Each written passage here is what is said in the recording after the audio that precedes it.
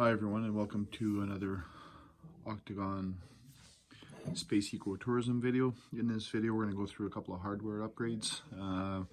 Again, go through a few failed prints or failed designs in order to just put things through into a scrapyard.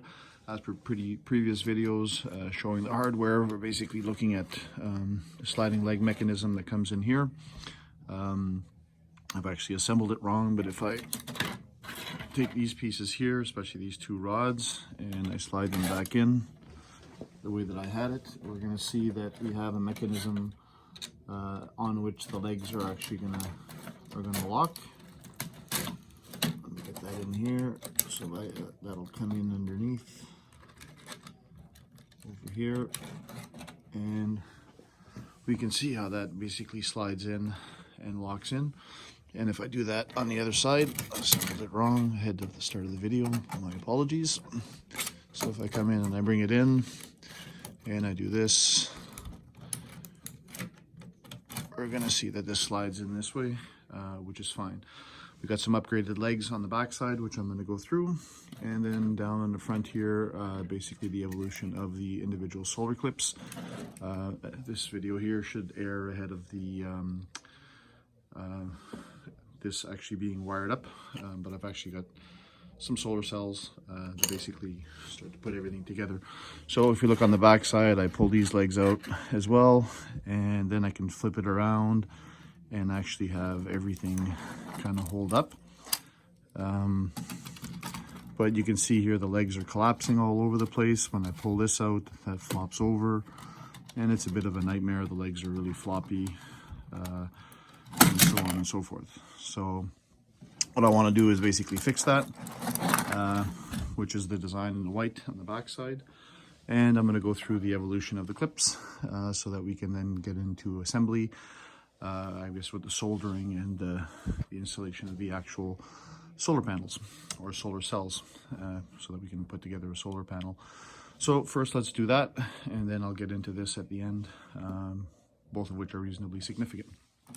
So one of the problems when I fold this thing up, I'm just going to slide this over, is that this is going to sandwich itself over, one like this and then the other one that way. And these legs here, which is a duplicate of the holder on this side, the solar cells actually touch on it when they fold over. See previous videos for how that happens.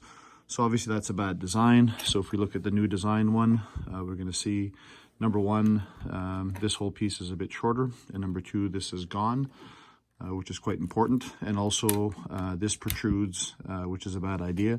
So if I grab the new leg design, we're going to see that that fits in this way. And you can see obviously over here, this is beefier. The print in place hinge is actually narrower, which is kind of counterintuitive, but the pins are longer, which gives it a bit more stability, but more importantly, the legs lock in.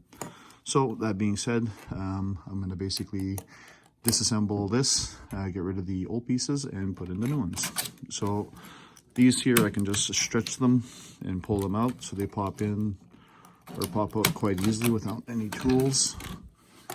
And then I can just come in and do the same thing, pull these in, push them in. I've got to push them in pretty hard, especially on the first time around. That's one. And here we have two.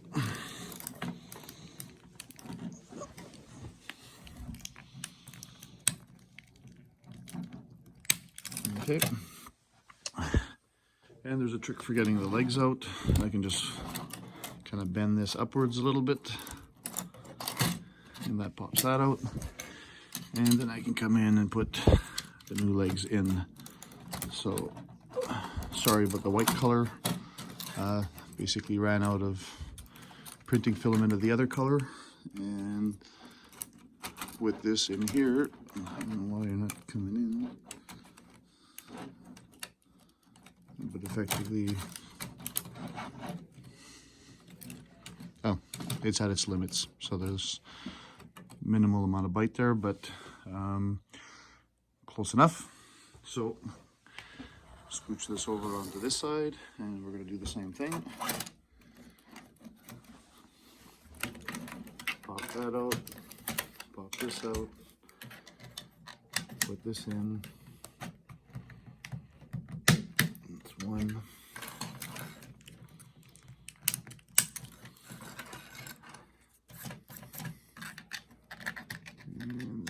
2. Okay. And once again, probably the most important part.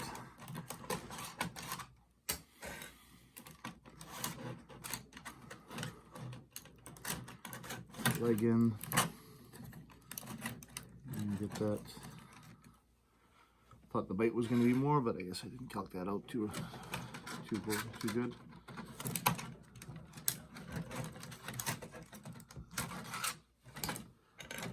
Two out.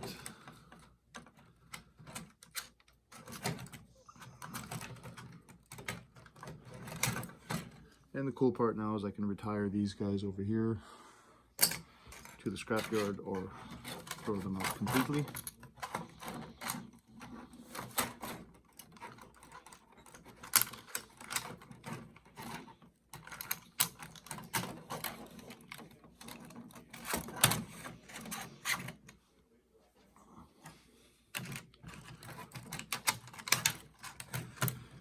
Okay, and the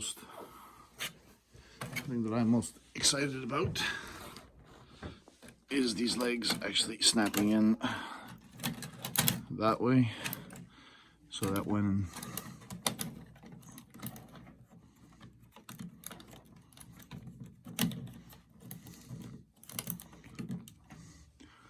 I flip this around,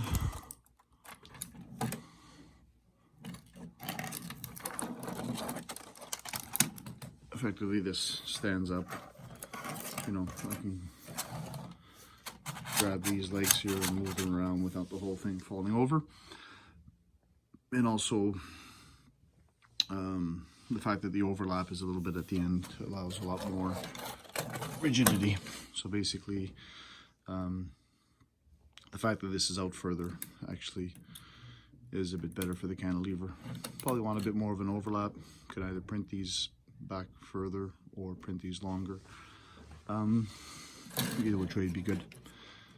Okay, so that's upgrade number 1. Pretty happy with that. Push that over there. Now we're going to get into the solar cell holders. So the last time we got into these things, effectively what we had is this guy over here, which is a complete clip. And what's happened is I got the cells and we tried to basically put them in. And as soon as I put them in, you put them in this way and then you twist them in. My little tips were actually cut off. So what happened is that these things here are printed this way, and obviously there's not much holding on to it in this corner. I'll try to zoom in on it right there.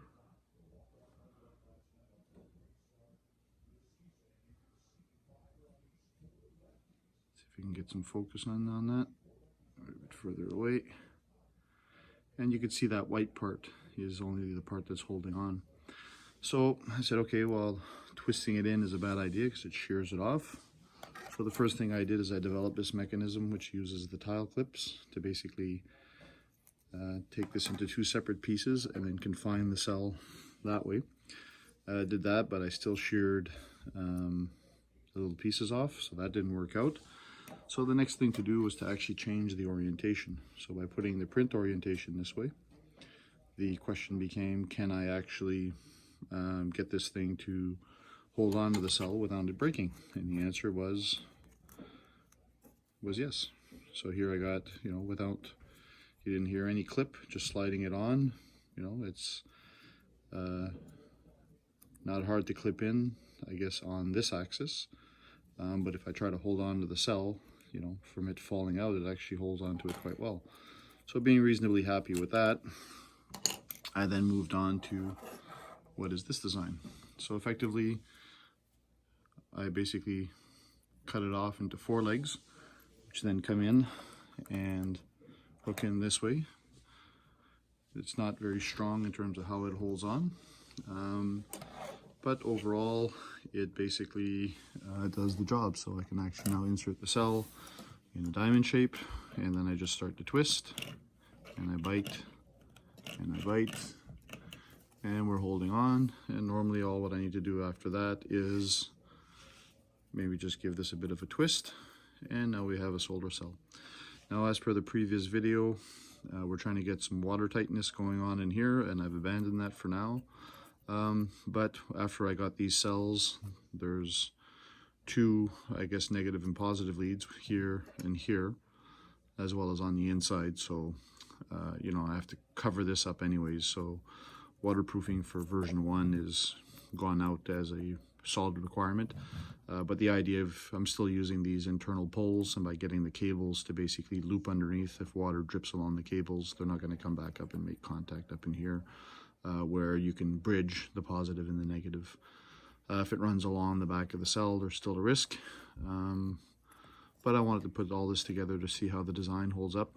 And basically, we're going to see the wiring, or the wired up version, as the next step. One last minor detail in terms of the scrapyard or future designs. So this obviously is going to be a lot better, because once I put the cell on upside down, if my math works out right, this cell here touches down this way. So I don't know how good the zoom in will work on here, but overall what we have is the corner pieces actually stick out enough so that the cell isn't going to scratch. But the reality is that this lines up this way. So future cell is going to have a few improvements. Number one, it's going to be thicker so that this is all flush. And the other one is that when I start running these things down here with the cables are actually falling into this groove and getting hooked. So I put tape in to basically bridge those gaps. But in future releases, we still need the runners, obviously, because the solder clips slide in this way. But these slots running at 90 degrees from the slider, from the rails, are actually not required, or very specifically, they're very bad. So I've actually ripped the leads off of a few solar cells on the assembly. So to recap, we've got ourselves some new legs. We've got ourselves a flusher connection mechanism, which has minimal bite. We want a bit more bite there. We basically got an enhanced clipping mechanism that was first prototyped with this little guy over here. And this is the final design for assembly, which is 4 of these little arms over here. So overall, pretty happy with the way that everything is coming together for a version 1 solar panel. The next step is, like I said, the soldering, and then putting everything together with the solar charger. Till the next video, thank you very much for your attention.